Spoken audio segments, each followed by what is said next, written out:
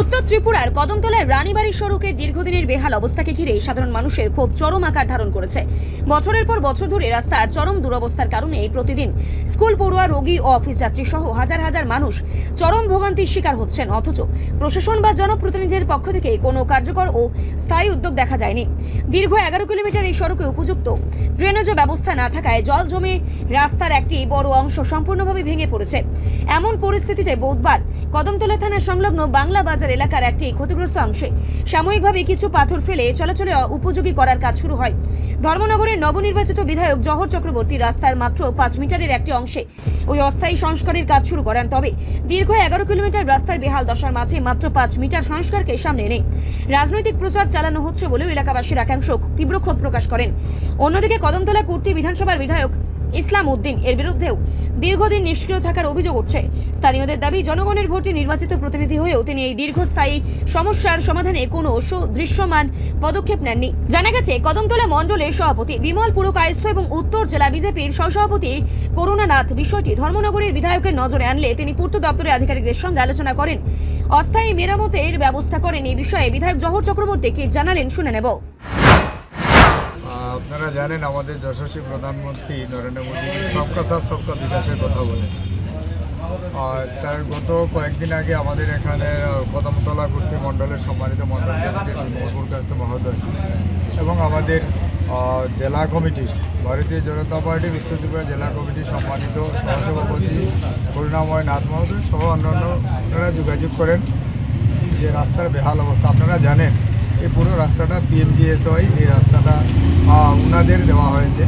কাজে পিএমজিএসের রাস্তা কিন্তু পিডাব্লিউডি কাজ করাতে পারে না। ওনার পুরো সময় যখন শেষ হবে মেনটেনেন্স করে আগের মতো অবস্থায় ফিরিয়ে দিয়ে তারপরেই পিডাব্লিউডি সেই রাস্তাটা ওনারা গ্রহণ করবে। কিন্তু এই জায়গার বেহাল অবস্থার জন্য স্কুলে ছাত্ররা যেতে পারে না, মানুষজনের খুব অসুবিধা যেতে হয় এই জায়গাটা পারাপারের ক্ষেত্রে। ওনাদের অনুরোধের পর আমি আমাদের উত্তর ত্রিপুরার আমাদের যিনি এক্সিকিউটিভ অফিসার রয়েছেন পিডাব্লিউডি, ওনার সঙ্গে আমি যোগাযোগ করি যে এই জায়গাটা অন্তত আপনি একটা কিছু করে দিন। উনি তখন এই কদমতলার পিডাব্লিউডি অ্যাসিস্ট্যান্ট ইঞ্জিনিয়ার মহোদয়কে ওনার সঙ্গে কথা বলি আজকে এই রাস্তাটা সারাইয়ের কাজে ওনারা হাত দিয়েছেন। তার জন্য আমি উত্তর ত্রিপুরা পূর্ত দপ্তর এবং কদমতলা পূর্ত দপ্তরের আধিকারিকদের আমি অভিনন্দন জানাই। এবং ওনারা যে এই কদমতলাবাসীর এই যে অবস্থা, দুরবস্থার কথা স্বীকার করে যে রাস্তার যে ভেঙে গেছে, মানুষ যাতায়াত করতে পারছে না, তা ওনারা পুনর্নির্মাণ করে দিচ্ছেন। তার জন্য ওনাদেরকে ধন্যবাদ জানাই। এবং কদমতলা, ধর্মনগর, উত্তর ত্রিপুরা, আমরা তো সবাই এক, আমরা সবাই মিলেমিশে কাজ করতে চাই। সবাই আমরা কাজ করব। আর ডেভেলপমেন্টই হচ্ছে আমাদের সবচেয়ে বড় ইস্যু। কাজে সমস্ত ক্ষেত্রে আমাদের সবার সহযোগিতা সব জায়গায় থাকবে হচ্ছে। বাকি তো পিএমজিএসআই আপনাদের মাধ্যমে, আপনাদের সংবাদ প্রতিনিধি যারা রয়েছেন, আপনাদের মাধ্যমে আমরা জানান দিতে চাই পিএমজিএসআইয়ের এক্সিকিউটিভ ইঞ্জিনিয়ারের সঙ্গে কথা হয়েছে 2-3 মাসের মধ্যে। আমি বলেছি তারা একটু তাড়াতাড়ি আপনারা ধরে নিন 1.5 থেকে 2 মাসের মধ্যে পিএমজিএসআইয়ের এই রাস্তাটা, পুরো রাস্তাটা মেনটেন্যান্সের কাজ শুরু হতে যাচ্ছে। সেই প্রসেসিং চলছে, আন্ডার প্রসেস। আসলে দপ্তর তো সমস্ত জায়গায় কাজ করছেন, দপ্তরের সঙ্গে যখন যোগাযোগ করা হয় ওনারা কাজ করছে। আসলে এমএলএর তো অনেক ভূমিকা থাকে এবং প্রত্যেক এমএলএরই ভূমিকা থাকা দরকার। আমার অনুরোধ থাকবে কদমতলা কুর্তি থেকে বিগত দিনে যিনি জয়ী হয়ে পবিত্র বিধানসভায় প্রবেশ করেছেন, উনি যেন কদমতলার রাস্তাঘাট, কদমতলার পরিবেশ, কদমতলার ডেভেলপমেন্টের দিকে উনি যাতে নজর থাকে, আমার অনুরোধ থাকবে ওনার কাছে।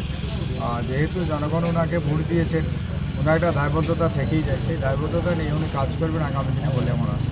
সফলতার দিকে আমি বলবো আমরা তো ধর্মনগরের জনগণের পাশে থেকে আমি কাজ করতে চাই এবং সবার কাছে আমি আহ্বান রেখেছি, দলমত নির্বিশেষে সবাই আমাকে সাহায্য করার জন্য আমি আহ্বান রেখেছি। এবং আমি আত্মবিশ্বাসী যে ধর্মনগরের জনগণ সবাই আমাকে কাজ করার সুযোগ করে দেবেন এবং সবাইকে নিয়ে আমি কাজ করতে পারবো এবং ধর্মনগর যাতে আরও উন্নত হয়। আপনারা দেখেছেন ইতিমধ্যেই আমরা ধর্মনগর পৌর পরিষদ, ধর্মনগর পিডাব্লিউডি পূর্ত দপ্তর সহ বিভিন্ন দপ্তর বিভিন্ন কাজের আমরা সূচনা করেছি। বিগত দিনেও ডেভেলপমেন্ট হয়েছে।